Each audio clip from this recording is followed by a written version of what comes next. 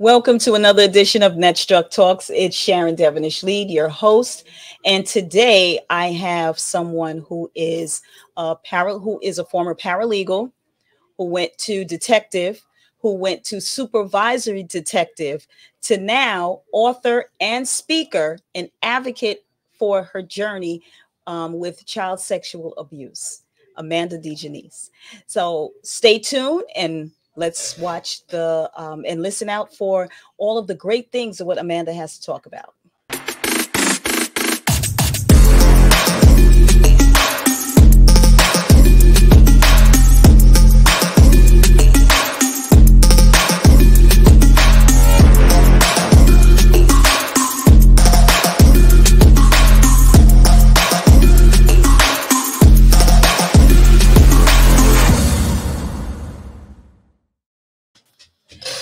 Welcome to another edition of NetStruc Talks, and I have a very special guest today. I've known her for years, Amanda DeGeneste, and she is someone who is amazing.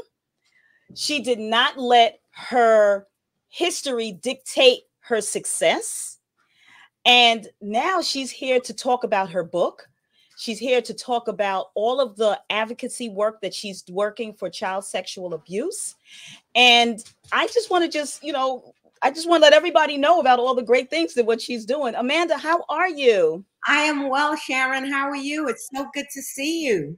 It's great seeing you too. It's great seeing you too. So, as I mentioned that in the beginning that, you were a paralegal, like we met in the DA's office. I know, we grew up together there. We grew up together there. And, it's so crazy because you don't know people's past until they disclose it. And you wore this tragedy on your sleeve for so many years until you disclosed it to me when you decided to write your book. Yeah. So talk to us a little bit about your background, your journey, okay, and what brought you to this stage as now being an author. I was born in Trinidad and Tobago. I grew up in Brooklyn, but as a child in Trinidad and Tobago, I was sexually molested by my half-brother. And it had been going on for a very long time. Of course, he was a trusted family member that lived with us, and no one suspected a thing. So, yeah, and it was such a confusing time for me, a very confusing time for me, because this was someone I trusted. Of course, I didn't realize it was something wrong that was being done. I was too young. Wow. And what happened was one day I locked the bedroom door, and my sisters decided to ask me, why did I lock the door? And hence I had the opportunity to tell about what was happening. Mm-hmm. And it's amazing that your sister was in tune to that. Something was happening for her, that it was out of the ordinary. And she had the opportunity to ask you, like, why are you doing this? And that's a sad thing, because so many people don't realize that, those triggers is something that you need to ask, like, why are you locking the door? Why are you, doing whatever?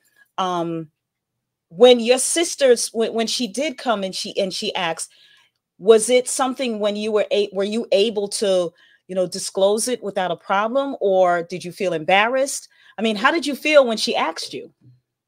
I didn't have any feeling other than being worried at the fact that they were angry with me because I locked the door. So, because I felt that, I decided I didn't want her to be angry with me. So I told why I locked the door. And I didn't have any idea this shouldn't have been happening. I wasn't feeling ashamed because I was too young to understand that stigmatization that is going around with something like child sexual abuse or sexual abuse, period. Right. So it was full disclosure, an innocent child just speaking about what was happening.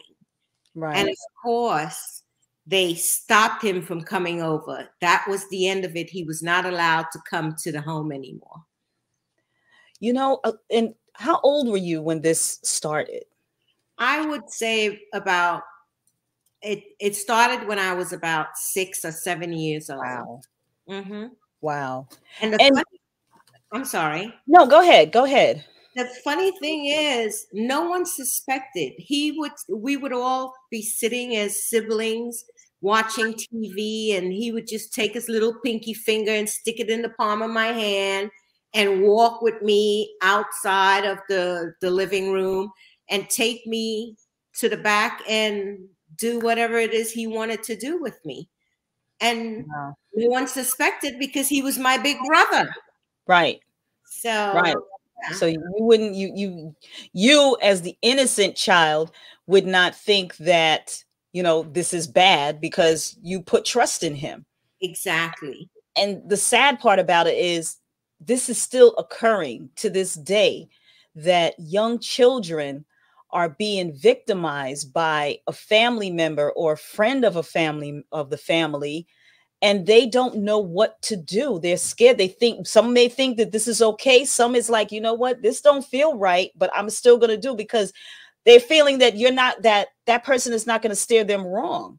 Exactly. That trust and that love that they have for that person, it just doesn't occur to a child who doesn't know any better. And that's why I'm on this journey to bring awareness in order to prevent things like this from happening.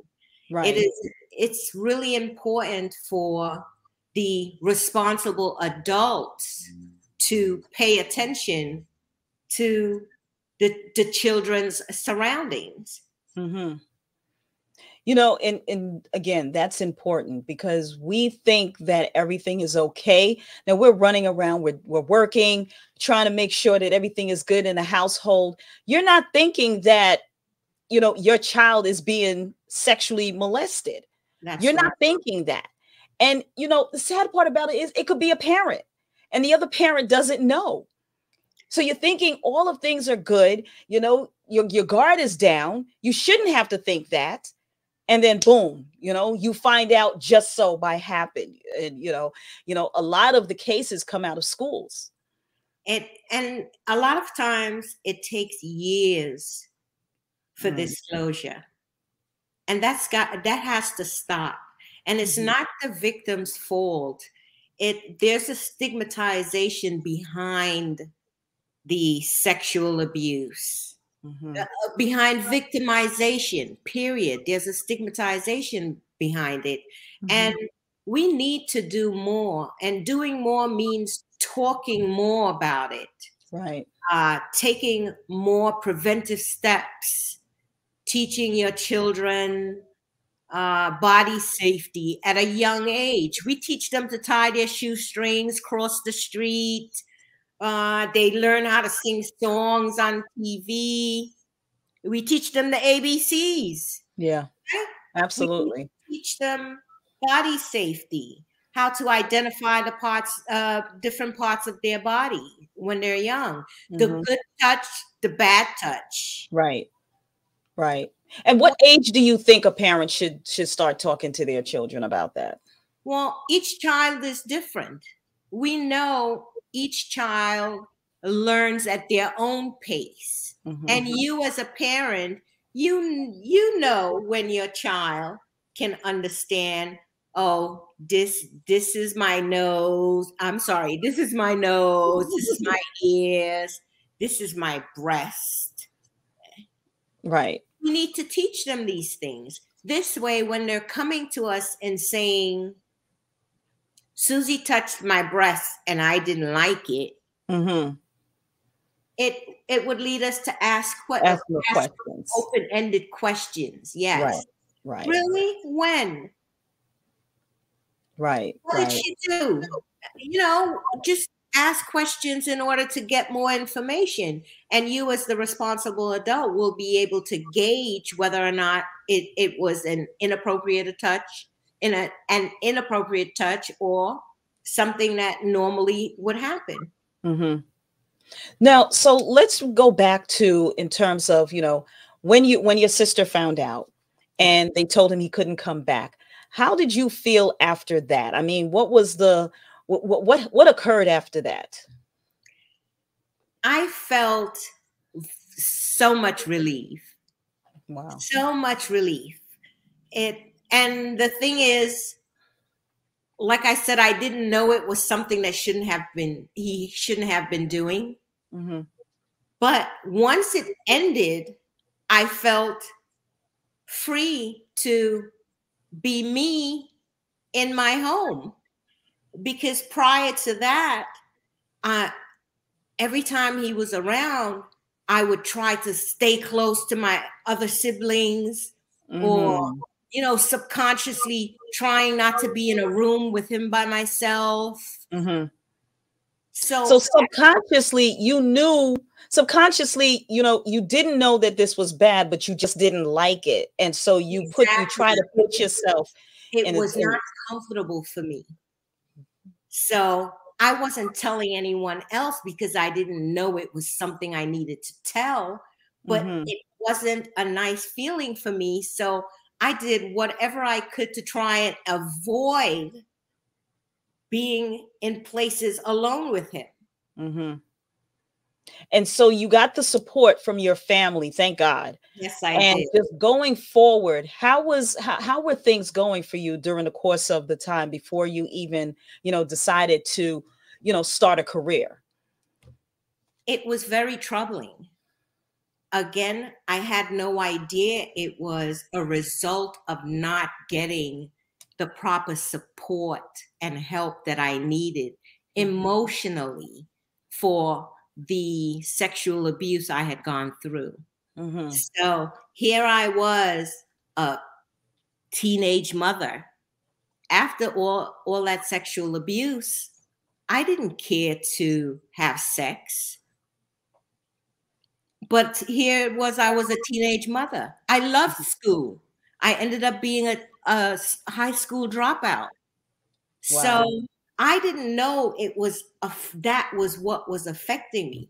Of course, between the time that I moved from Trinidad to America, I had again been raped.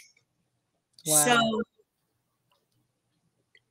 the fact that I didn't get the support I needed, I don't know if you've heard that there is a high chance once you've been a victim of child sexual abuse, there's quite a high percentage of a chance, if you don't get the help needed, you're going to end up being a victim again. Wow. Yes. So there it was. I was being victimized repeatedly. Eventually, for me, it was, okay, that's probably just the way it's supposed to be. And I was just surviving from day to day. And so you had to figure out you can't live like this anymore. Well, to be honest with you, my unawakened faith in God, it was not yet awakened. Mm-hmm. I have to tell you that he brought me through it. Absolutely. He brought me through it, not without me stumbling. I had some great falls, and he gave me the courage to stand up, and I stood up and one day decided I was not going to be a victim anymore. If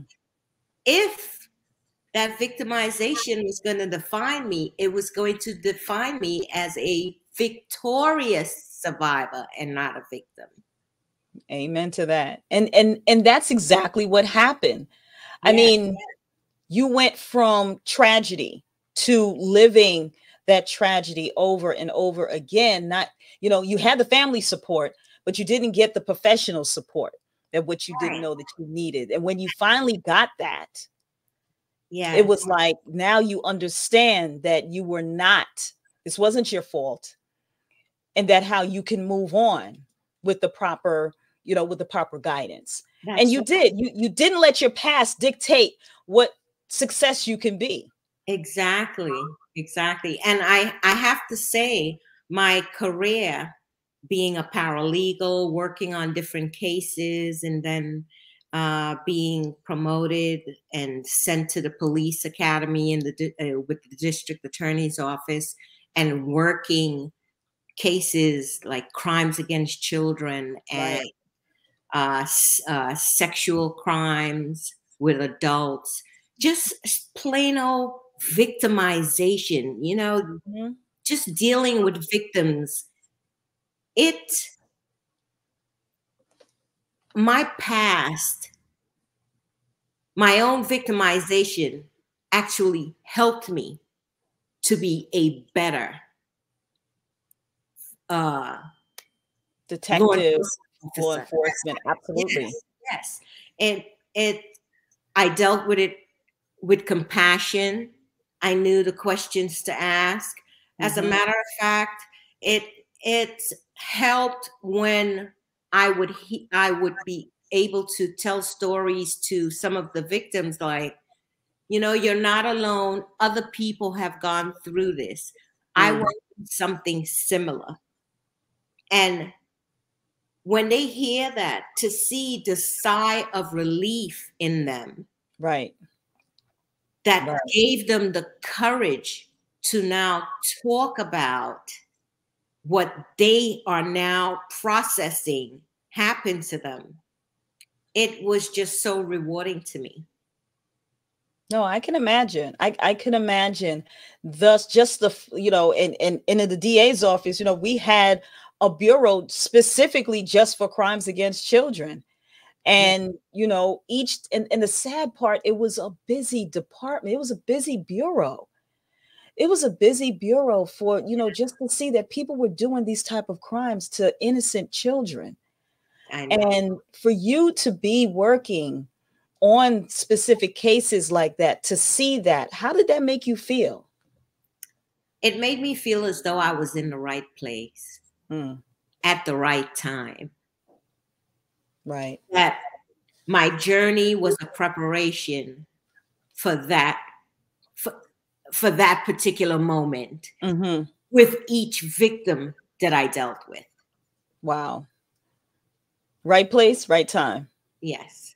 And God put you in that position where, it's the challenge, and you overcame that challenge, you overcame that trauma, and he now puts you as his soldier to bring this awareness to many people that probably did not even know this was even existing Yes. for their And children.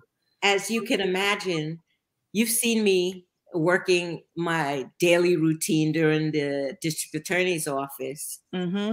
I simply had no idea that I would be writing a book Right. and And we want to talk about that. yeah. So sharing, I have learned, is a big part of bringing awareness. Hmm. And if we have awareness, that awareness can prevent someone else from going through what I went through. I I have this thing I say now, your past experience, be it good or bad, telling it, sharing it, can be the key to saving someone else from Mm, going through something that you went through. that's true. That's true. I always say sharing is caring. When you And get it it, certainly is. It it certainly, definitely is. So you brought up the book, I Am. yes.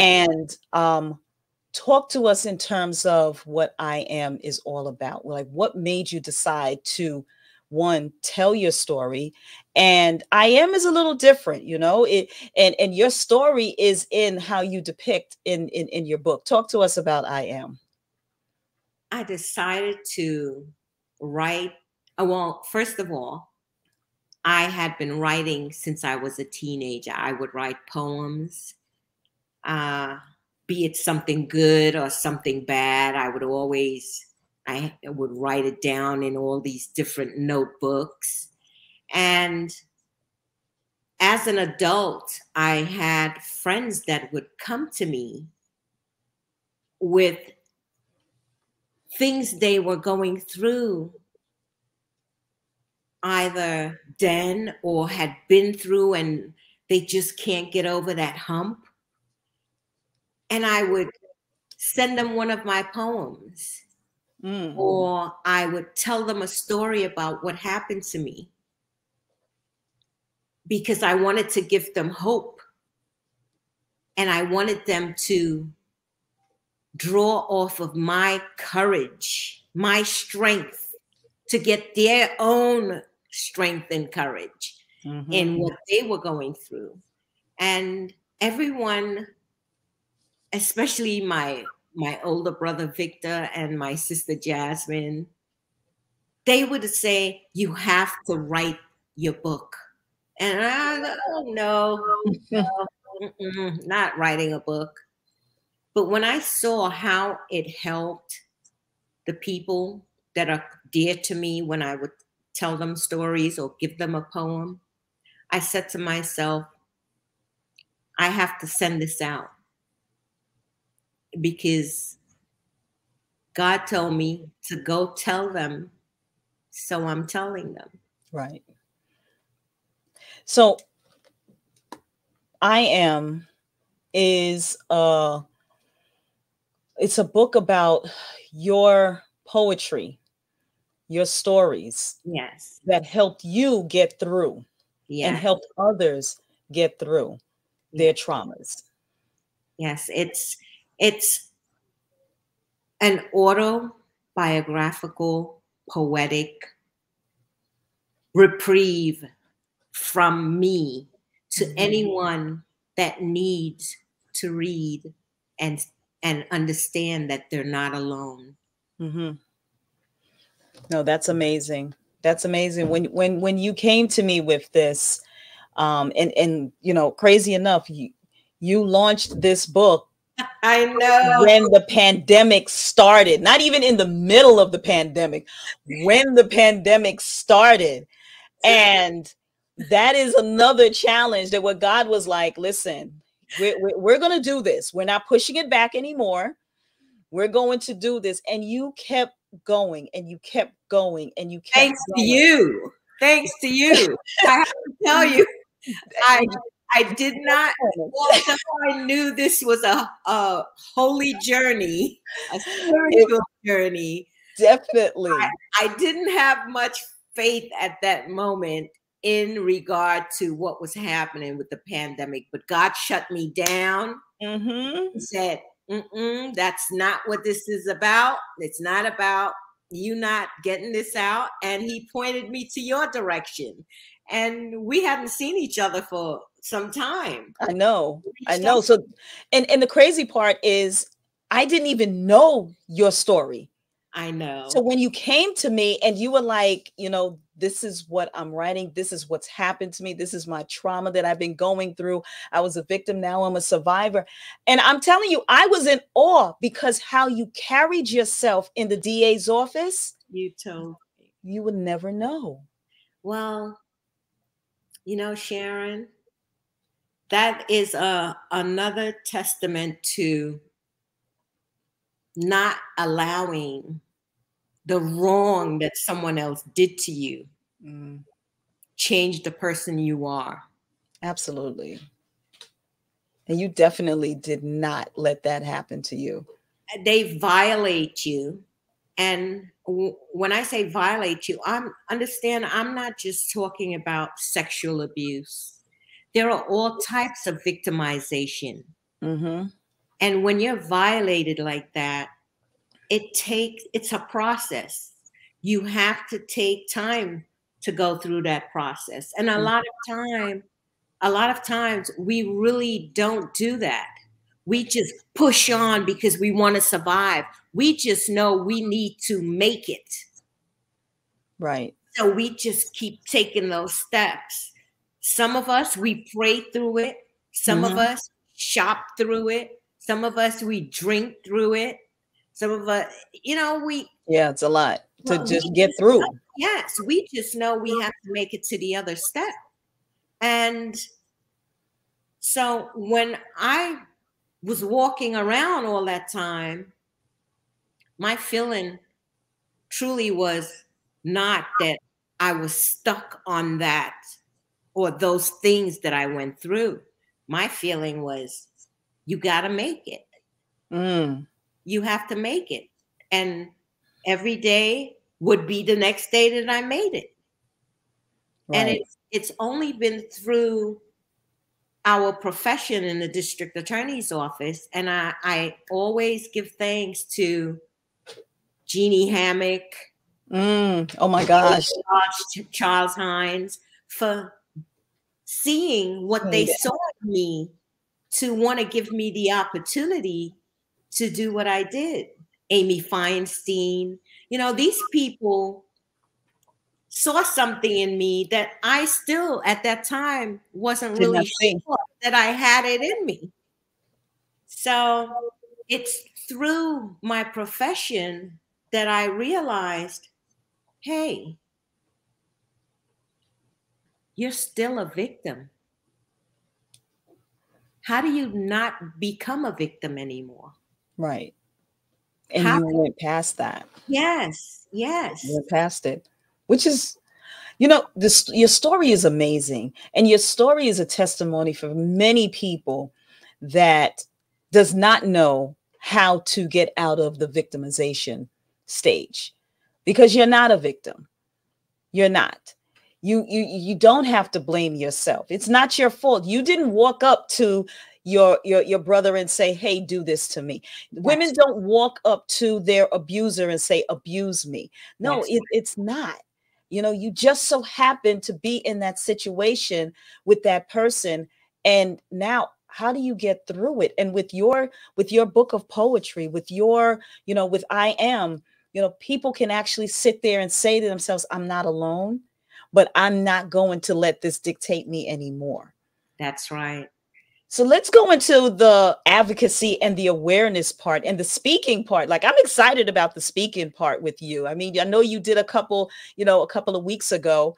And, I've been talking to you about this when we were, in the PR coaching program with me. I was like, Amanda, you got to speak. Do you remember what I said to you? You were like, absolutely not. Nobody wants to hear me.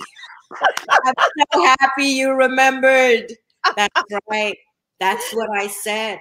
I had the nerve to say that, and God put me on a journey, and I still had the nerve to say that. And he put you in your place too, and you ended up having to speak on plenty of occasions. You're helping young people. You're helping parents. You're helping people that this is, people still look at this as a taboo. When the schools were down, that's the unfortunate part, that, the reporting for this went down. So, that many of the kids that were victims, it was a family member. They were at home with their abuser. Yeah. That's right. And they didn't have a way out. There was no outlet. And of course, I give a lot of credit to agencies like RAIN,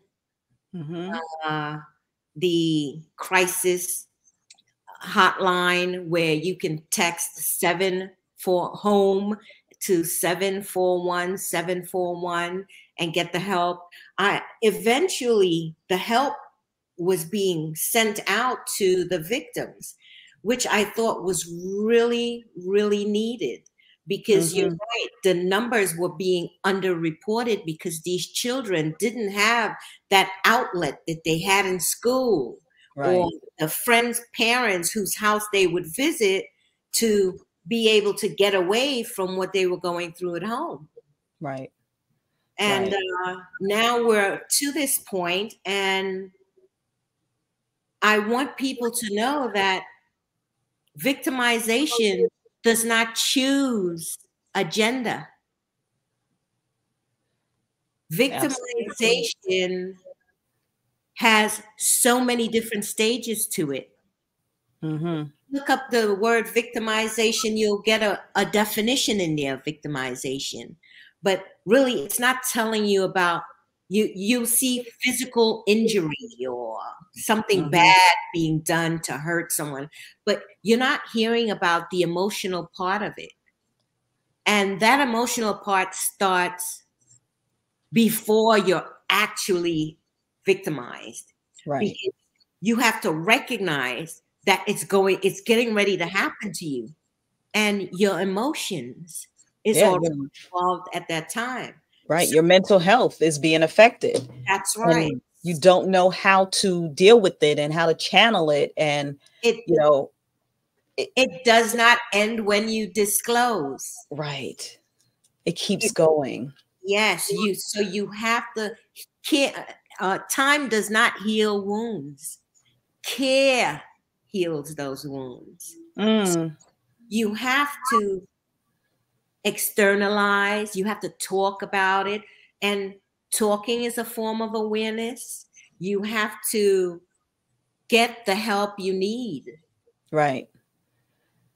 And there's no shame in taking care of you. How could there be shame in taking care of yourself? And people feel ashamed by that. They feel like I'm not owed that. And you are owed that, especially if you went through that type of trauma. Absolutely. Your mental health is extremely, extremely important. You have back-to-back months. April is Child Abuse Awareness Month. Yeah. And May is Mental Health Awareness Month. I mean, those two. But I think those things should be awareness 365 days a year. Absolutely. And excuse me, the thing is, the more we talk about it, the more we spread awareness, and the smaller stigmatization looks. Right. The shame of it is going to shrink, not diminish. It's going to shrink. But at least if we talk about it, it's not giving the abuser a blanket to hide under with our silence. You cannot be silenced anymore. That's right. Cannot be silenced anymore. So what do we have lined up for Amanda for going, for the next couple of months? I know we're going to be looking to do some book tours. We're going to be doing some virtual ones. You're going to be doing some speaking engagements. I know you're looking to do more speaking engagements. So if anyone is interested. I'd really like to get in with teenagers, church groups. We have a lot of middle-aged women, older women that are holding on to things that they're bleeding inside about that needs to be tended to. And I'm really hoping that I can get to any victim or survivor. That's right. Victims, survivors, their supporters, so that they can understand the journey a little better.